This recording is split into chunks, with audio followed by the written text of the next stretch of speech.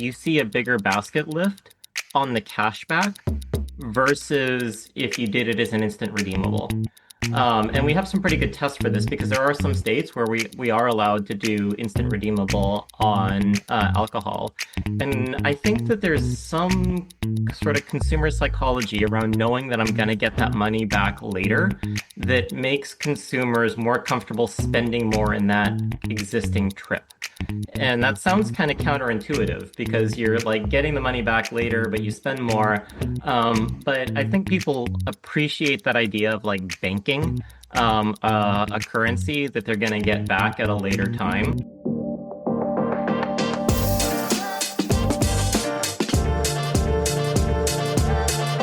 Today on Adventures in Customerland, I'm with Sean Turner, who is co-founder and CTO of Swiftly.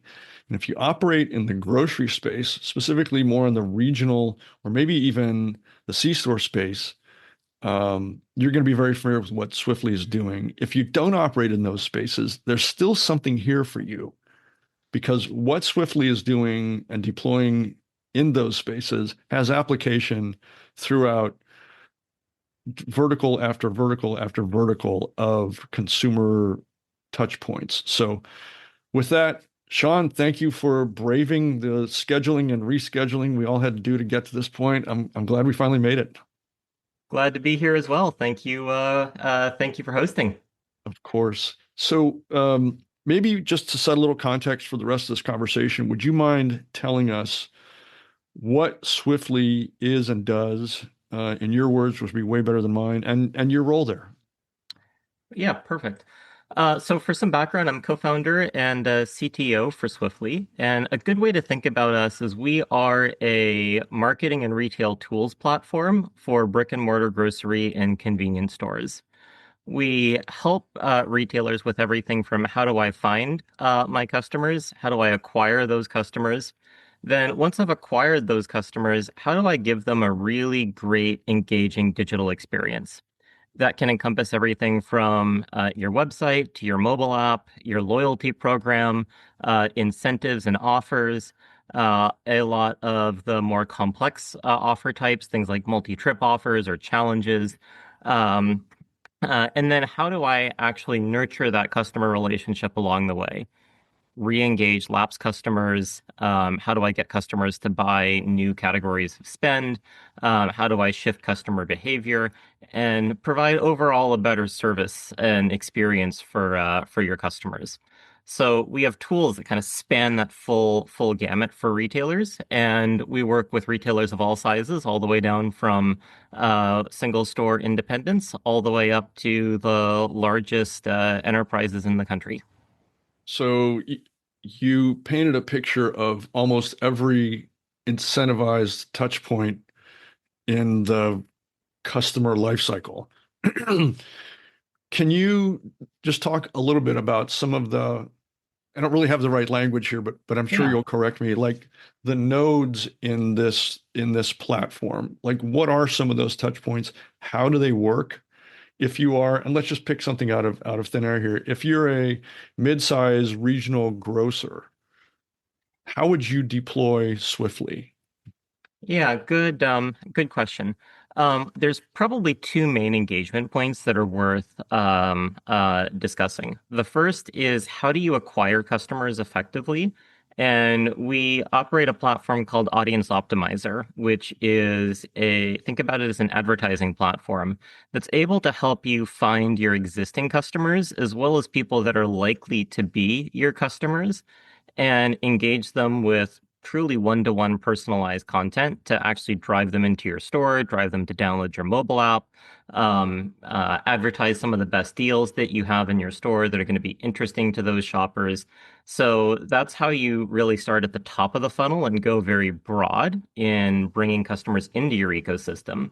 Can we And talk a little bit about what channels those get moved out upon? Is this mostly an online effort, or is it online, virtual and physical?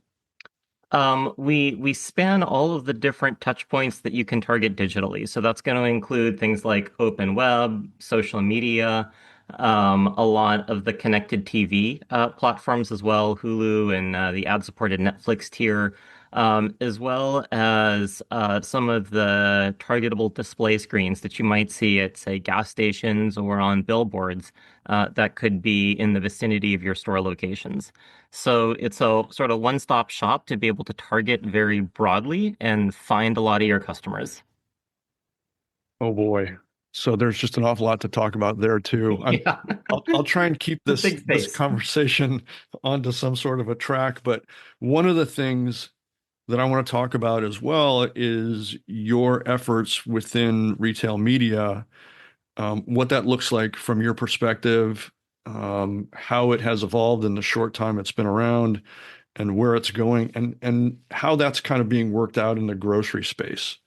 Can we just Yeah. talk about that? It's a little bit of a shift. We're taking a hard dog leg left here off of You know the. what? I think I can connect those two though. So Okay, good, good, good. let me give you a stab at that. So when you think about it from your challenge as a retailer, once I've acquired a customer digitally, then what I want to do is to bring them into a very well-connected high-touch ecosystem. And typically for most brick and mortar retailers, that means getting that customer to download your mobile application. And the reason behind that is for whatever reason, the way consumers have been trained these days is when a consumer thinks about digital engagement for a brick and mortar store, they think mobile app. And I think a lot of that actually kind of harkens back to a previous life. I was at Microsoft as an engineer there. And when we shipped the Windows app platform that was part of Windows 8 way back when, we had to build all of the initial apps. And I actually built the Starbucks app on that platform to help shoppers find and shop in Starbucks stores. And the results that the retailer saw from having shoppers engage on their mobile app was just off the charts. Those shoppers spend a lot more. They come into the store more frequently. They're ordering bigger baskets. And, some of the insight behind that was it's really about just erasing these microscopic pieces of friction. So for Starbucks, it was really about mobile payment was really kind of a key unlock for them. And the reason is it's as crazy as it sounds, just getting rid of that friction of having to put because when you're in a Starbucks, you're on your phone in line, right? And so getting rid of the friction of having to put your phone in one pocket and take your wallet out of your purse or another pocket, it actually makes a difference for how likely a consumer is to come into the store. And then when you add on top of that all the push notifications and the deals and the discounting that you can send them, you've got a really, really powerful platform. And everybody has kind of, Starbucks pioneered that space, but everybody sort of followed suit. So now when you think about how do you engage in the quick service restaurant space, everybody from McDonald's to Chipotle to Panera Bread, it's all primarily through the mobile app. And those same techniques actually work just as well, if not better, for grocery and convenience stores. And so that really is where you want to drive your customers. And once you've got them in your mobile app, that is the best place to be able to monetize those customers from a retail media standpoint. And when you think about it, as a retailer, you don't have the huge content teams to go through and create a ton of content to keep it looking fresh, especially if you've got the margins of your average grocery store. And so being able to lean on the brands that sell products that their whole existence in life is to create content, then that creates a really, really good match to be able to showcase very engaging content that's going to keep your shoppers coming back, that's got a lot of the discounts and savings that they're not going to be able to find through other channels, and that keeps everything fresh for your shoppers.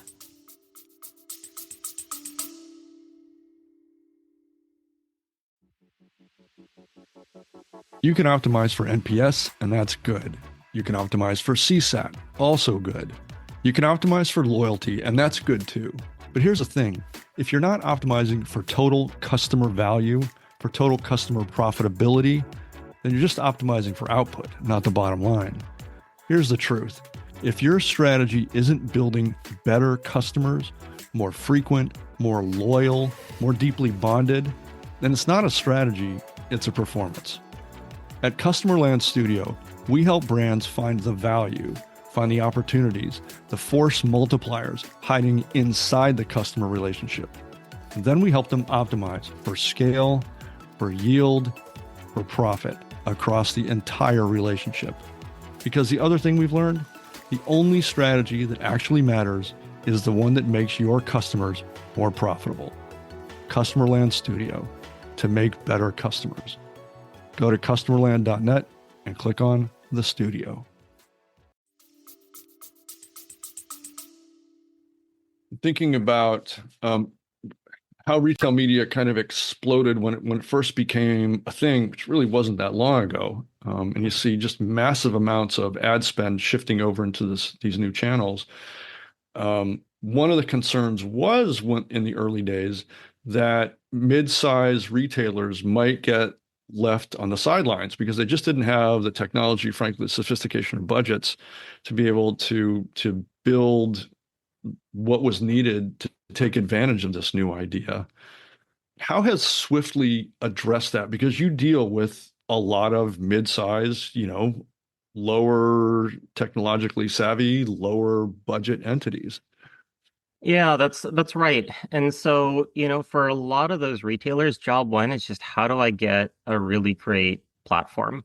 And that's kind of akin to, when you open up a store, you got to have the furnishings, you got to have the right lighting, you got to have the signage in the store. You need a destination that shoppers actually want to go to. And a lot of your mid-sized retailers really struggled with creating a very good destination. And I think one of the kind of early insights that we had was when you think about digital, most most people, especially back in 2017, 2020, 2022, were really thinking about e-commerce, right? Buy online, pick up in store, online ordering. And for grocery, that can be important, but that's still only about 15, 20%, depending upon where you are, of No your kidding. overall volume. And so when you think about how do you want to optimize a platform, you really want something that's optimized for your in-store shopper. And there isn't really another platform out there that's sort of built with that philosophy in mind that a retailer can go acquire. And so we set out to build that so that as a retailer, you don't have to go build all of these capabilities in-house. You can really use it as sort of a toolkit that's pre-built to make it really easy to get up and running. And so, we've got a product that we call App Factory and Web Factory that makes it very approachable and affordable for a retailer to kind of like Shopify, go set up your digital storefront, have something that ties into all of those kind of legacy systems that most regionals are still on. So you might be on a point of sale system that was last updated in maybe the 90s or the early 2000s. And so you have to have the right connectors and capabilities to be able to integrate with those systems so that you can have a great kind of digital modern extension for your shoppers that hides a lot of the legacy complexity that may be lurking behind the covers in the stores. I want to cherry pick a couple of data points that your team had sent Mhm. my way and just kind of unpack them a little bit because a few of these are pretty eye-opening. And I'm just going to go a little bit randomly here. 38% of shoppers say they would switch brands if promotion saves them money. That in itself isn't that surprising. Frankly, I expected it to be a little higher. But the question it begs for me is when retailers deploy digital coupons or cashback or promotions, what kind of economic impact do they actually see at the basket level? I mean, is that Yeah. determinable upfront? It, it is actually. And I think there's kind of actually two questions embedded in there. And so let me take Yes, the sorry, that's my habit. no worries. So the propensity of consumers to switch brands given a discount, and then what can we see at the basket level?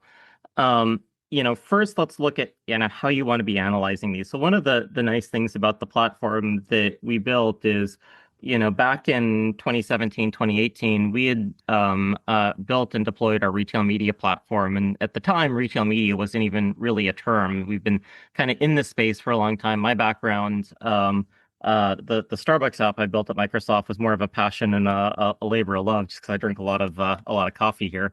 But my day job was working on the Bing Ads team.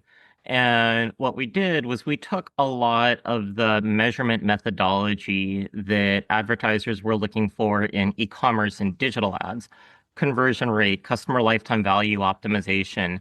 And we thought, well, geez, what if I could actually apply that to brick and mortar shoppers as well? So rather than have my endpoint be an e-commerce purchase, can I have my endpoint be that in-store purchase? And so we developed the methodology to do incremental ROAS calculation. So for every dollar in ads or promotions that I spend, or every time I show a shopper an impression of a campaign, can I track, does that shopper come into the store? Do they buy something in the category? Do they skip that aisle altogether?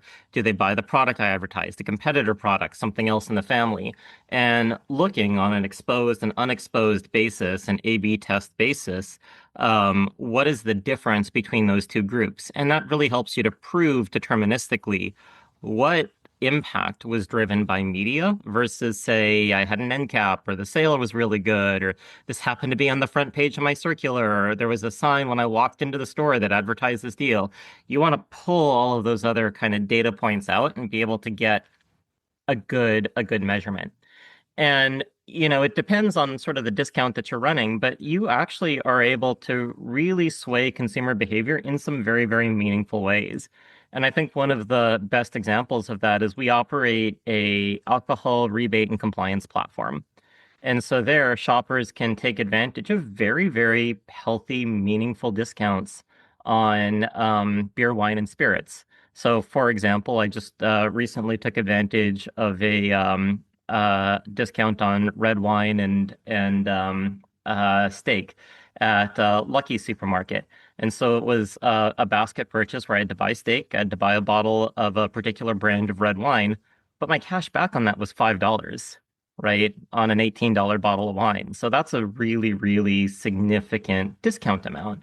And when you actually look at the kind of behavior that drives, what we see is that shoppers that end up redeeming one of these alcohol rebates spend 62% more than a shopper that's buying the same alcohol product without the rebate.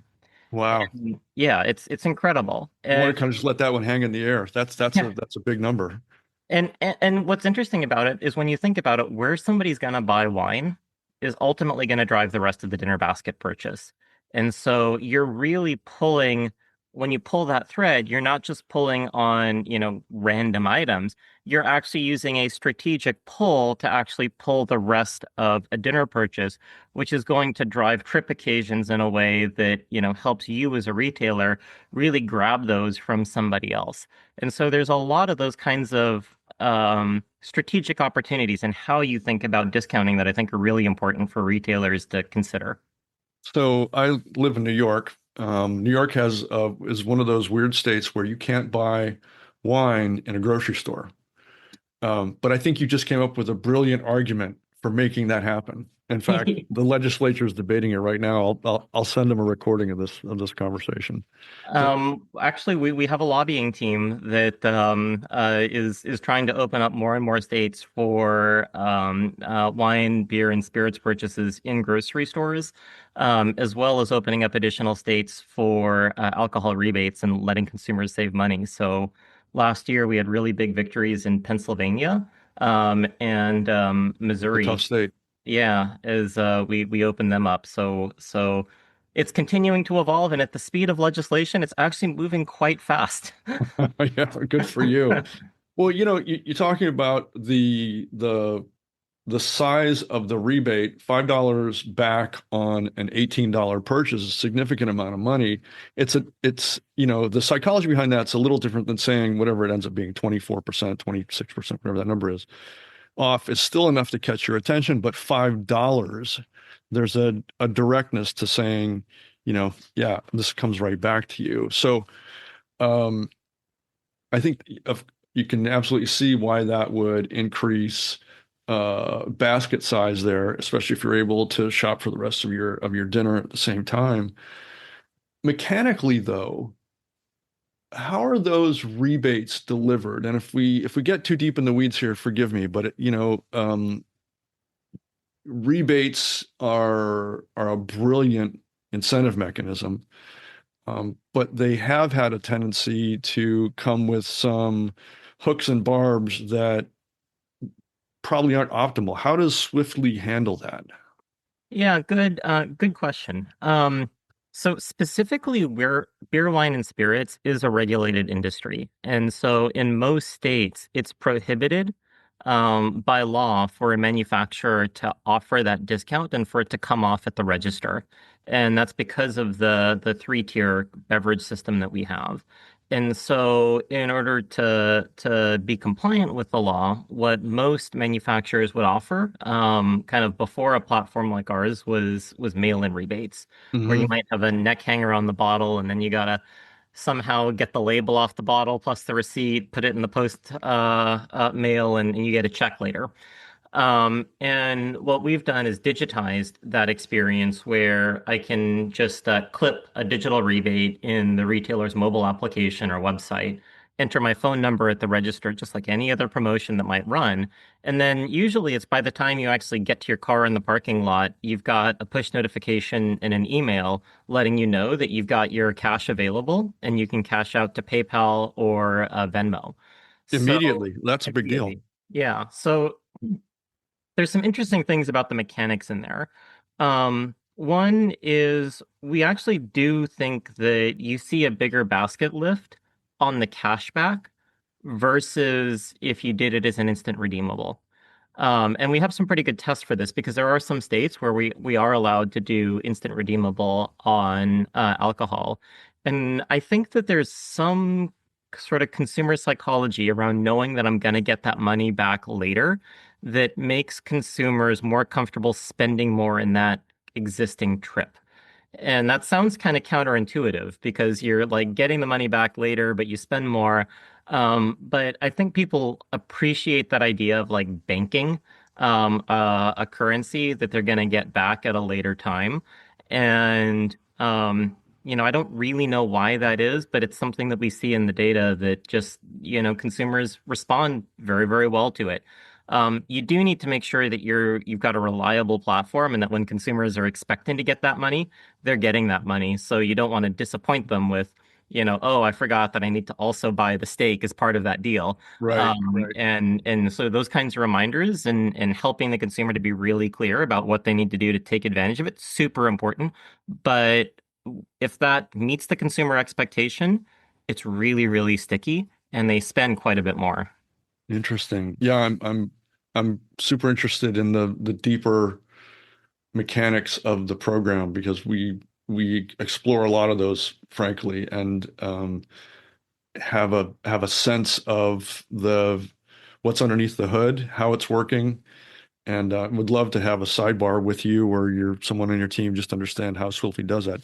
Does so just to push that a little bit further, someone buys the bottle of wine, it qualifies for the rebate, they check out, they get a notification in their phone by the time they get to the car. The funds are already sitting there at that point, Mhm. which is kind of a big deal. I think that's a differentiator for what you're doing. Do they go into a Swiftly wallet? Do they go into the merchant's loyalty program account, or how does that Yeah, work? it's all through the merchant's loyalty program account. So a great place for customers to try a couple of different experiences that we power. If you go to Target and shop their beer, wine, and spirits with their Circle offers, we power all of the cashback offers there. And with Target, you're gonna be able to clip those offers, especially if you're doing a delivery purchase or a pickup purchase with Target. The offers appear right next to the product, which makes it super, super easy to clip that rebate. And then you're gonna get that as soon as you either check out at the register or you sign for your delivery. Another really good example. Oh, and the way that you get that rebate is you're going to get an email that lets you know that your cash is available. Another great place to experience it is with Circle K. And you can go to any of the Circle K convenience stores around the country, except for the 4 states where it's 5 states where it's prohibited. So sorry, Texans and North Carolinians.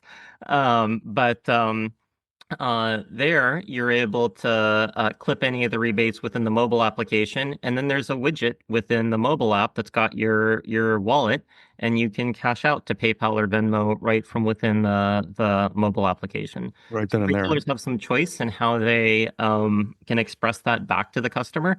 But we think that's one of the things that's super important from the retailer perspective is ultimately that's the opportunity for retailers to really remind the shoppers of the savings and the value that they're delivering, bring shoppers back to their digital ecosystem, and have a really great kind of post-purchase delight experience. And, nothing is more delightful than you bought something and hey, here's some money back. And Right. it's even better Free when the money. retailer doesn't have to pay for it. Right. Yeah, even better. So I want to zoom out, actually way out, um, because you're a CTO and you probably have a view to this kind of thing. But the modern grocery technology stack, and maybe I should remove the word modern because, as someone who deals with a lot of mid-sized regionals, you see a lot of tech that's not modern. Yes.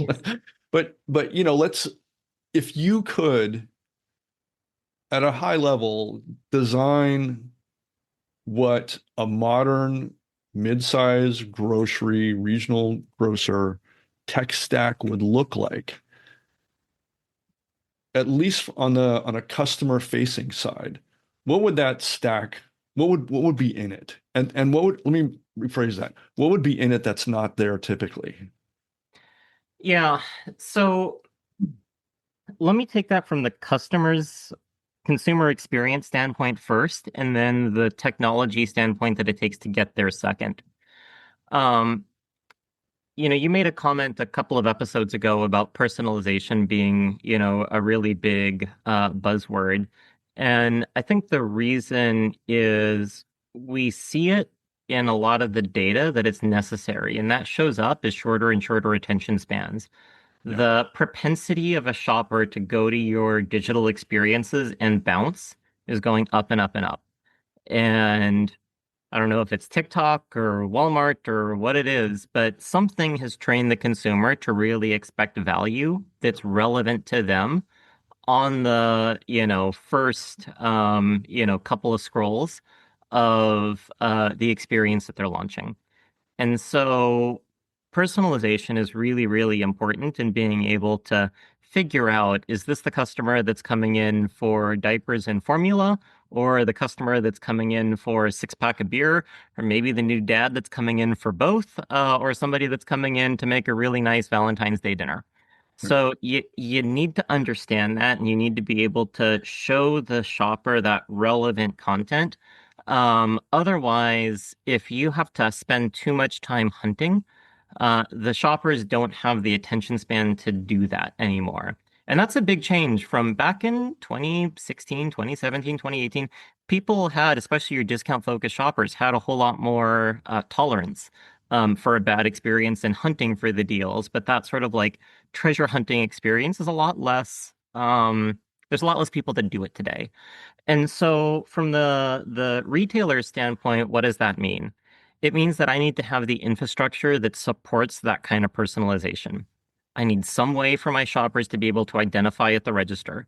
So if I don't have some sort of a coupon program or a points-based loyalty program, that is really an investment that I need to start looking at so that I can start to get individualized data on my shoppers so that I can deliver a personalized experience for them.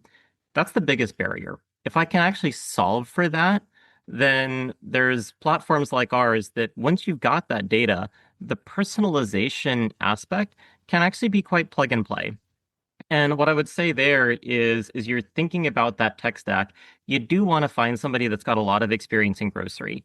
And the reason is there's a lot of sort of personalization platforms out there, but many of them take a very you get a software application, not a solution. And what I mean by that is they are depending upon you as the retailer to build up all the data to deliver those personalized offers to shoppers. And so to that software application, Coca-Cola and Hint Water are both just UPCs in a system. It doesn't know the connotations behind what's a hint water buyer versus what's a Coca-Cola buyer. And if you don't, your personalization system should be able to look at those two products, understand what does that mean? What does that mean about the customer? And how do I deliver more relevant content based upon those purchase trends? And if you're a large enterprise that's got decades of purchase data, then you can train your own system from scratch to do that. But if I'm an independent or a regional, I probably don't even have enough data to be able to Right. train that kind of a system. And so I need to be looking at working with a platform that's got a lot of that training already done. And I can take advantage of that output and really differentiate and excel on the things that make my store unique. The prepared food section, the meats, the produce, right? The perimeter of the store, the biggest discounts that I'm bringing back for each week that are going to be the things that are unique to my store versus anybody else's. We do a fair amount of research with another company, gauging customer expectations across a bunch of verticals. And each vertical has its own nuances, but you can say without any hesitation that there's a widening gap between what customers expect, because it's always growing and changing, versus where most companies um, think their customers' expectations are. And that widening gap presents, challenges, but also presents opportunities. In and we've spoken to a handful of, I would say, many technology providers that have some component of their solution that offers personalization, but in light of the kinds of findings that we see in that research, a retailer really needs to be able to recalibrate what those expectations are on an ongoing, almost real-time basis, because customer expectations shift that fast. Introduction of a new product, introduction of a new service, introduction of how an adjacent competitor is servicing them. And those things aren't static. And I wonder, I think as you said, a smaller or mid-size retailer probably won't have the wherewithal to pull that off. They won't have the historical data to pull it off, wouldn't know where to point the system.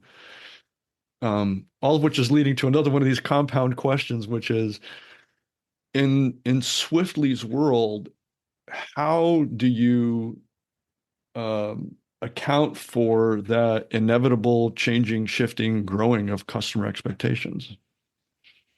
You really have to just stay at the forefront of what our customer is looking for. And I think one of our kind of secret weapons in that is we have an internal customer experience research team. And so they are always out in the market. They're working with our existing retailers, as well as sometimes we do studies for retailers that are coming onto our platform.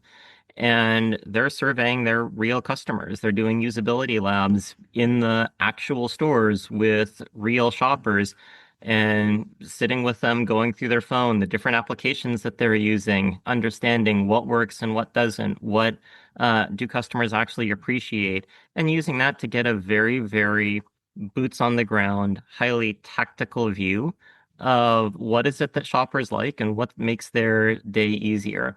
And I think that's one of the things that's easy to get lost is it's really easy for a retailer to kind of go after the really whiz-bang flashy features and then, forget things like, gosh, when I'm in line, it really sucks that it takes 4 seconds for my loyalty card to load while everybody's sitting here waiting for me to scan my barcode. Right, right. And, that's got to be instant. And so, getting commerce right is like hard because all of commerce is kind of like one big edge case. And, Well put. there's like a It really thousand of is. these little details that it's all about getting those things right. And so, you really do want to have a very, very consistent pulse on your customers. Just like when you talk to a regional grocer, they're going to know who are the up and coming brands.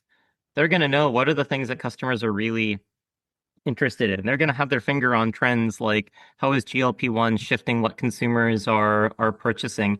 You want somebody that's really taking that same approach to what are your shoppers looking at digitally? How many shoppers are actually shopping and buying on ChatGPT versus doing research versus going to, a recipe site? What does that kind of consumer behavior look like? Because that's a space that's evolving incredibly rapidly. And just because you did research a week ago doesn't mean that the same thing is true this week. No. So you just gave me a beautiful segue into a conversation that will easily take us another couple of hours to fully unpack. But AI is changing everything, every single sector, every layer within every sector is being affected. Sometimes with brilliant results, sometimes with really scary results, and everything in between. But from where you sit, with a view to these technologies that are around and evolving right now, what do you think grocery retail technology is going to look like? I was going to say in 5 years, but that's ridiculous.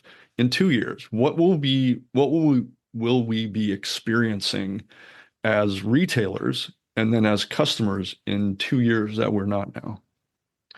We're seeing greater and greater adoption of people leveraging AI agents and large language models as part of their shopping and planning. And I think it's really important to figure out what are the trends that are going to shift quickly and what are the things that are going to take a little bit longer. And, I think there was an initial big knee-jerk reaction on, oh my God, Walmart and Instacart, they're all doing checkout through ChatGPT. So, every retailer sort of felt like I need to be there.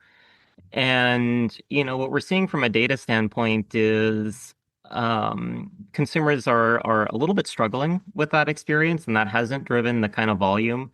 And I think there's even been a couple of articles on the Walmart side about that not taking off as fast as they expected, and the conversion rate not being quite as robust as when shoppers click out to their site. And when you think about that, like when you look at a chatbot, the chatbot sort of tells you what you're asking, right? It has a conversation with you. Mhm. It doesn't tell you everything about the product. It's not the PDP. It's not the sort of branded manufacturers, merchandising and storytelling around the product.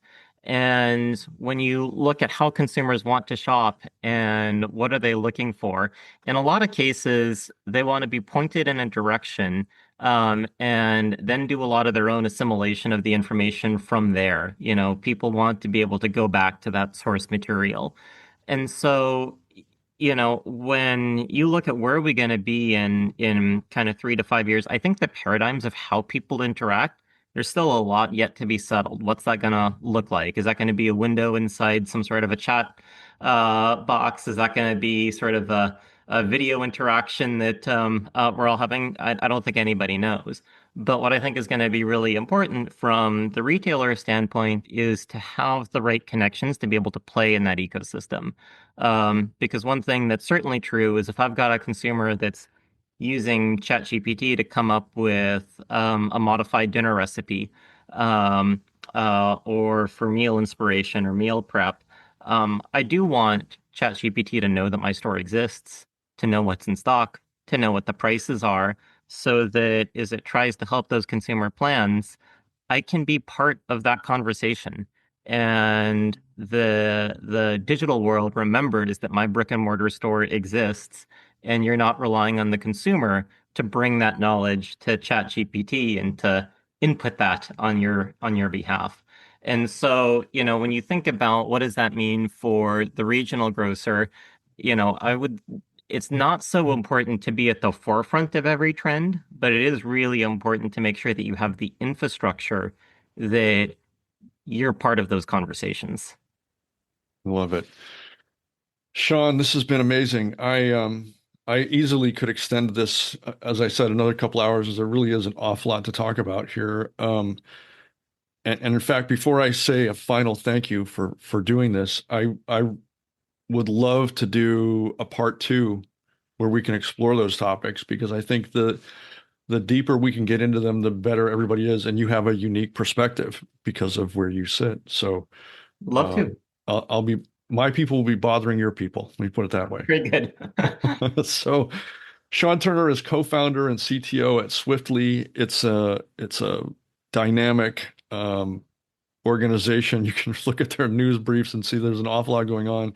But even beyond that, what they're doing in grocery for mid-sized regional grocers, C-stores, is pretty special. So we'll continue to follow them. I encourage you to do that as well. And Sean, thank you so much.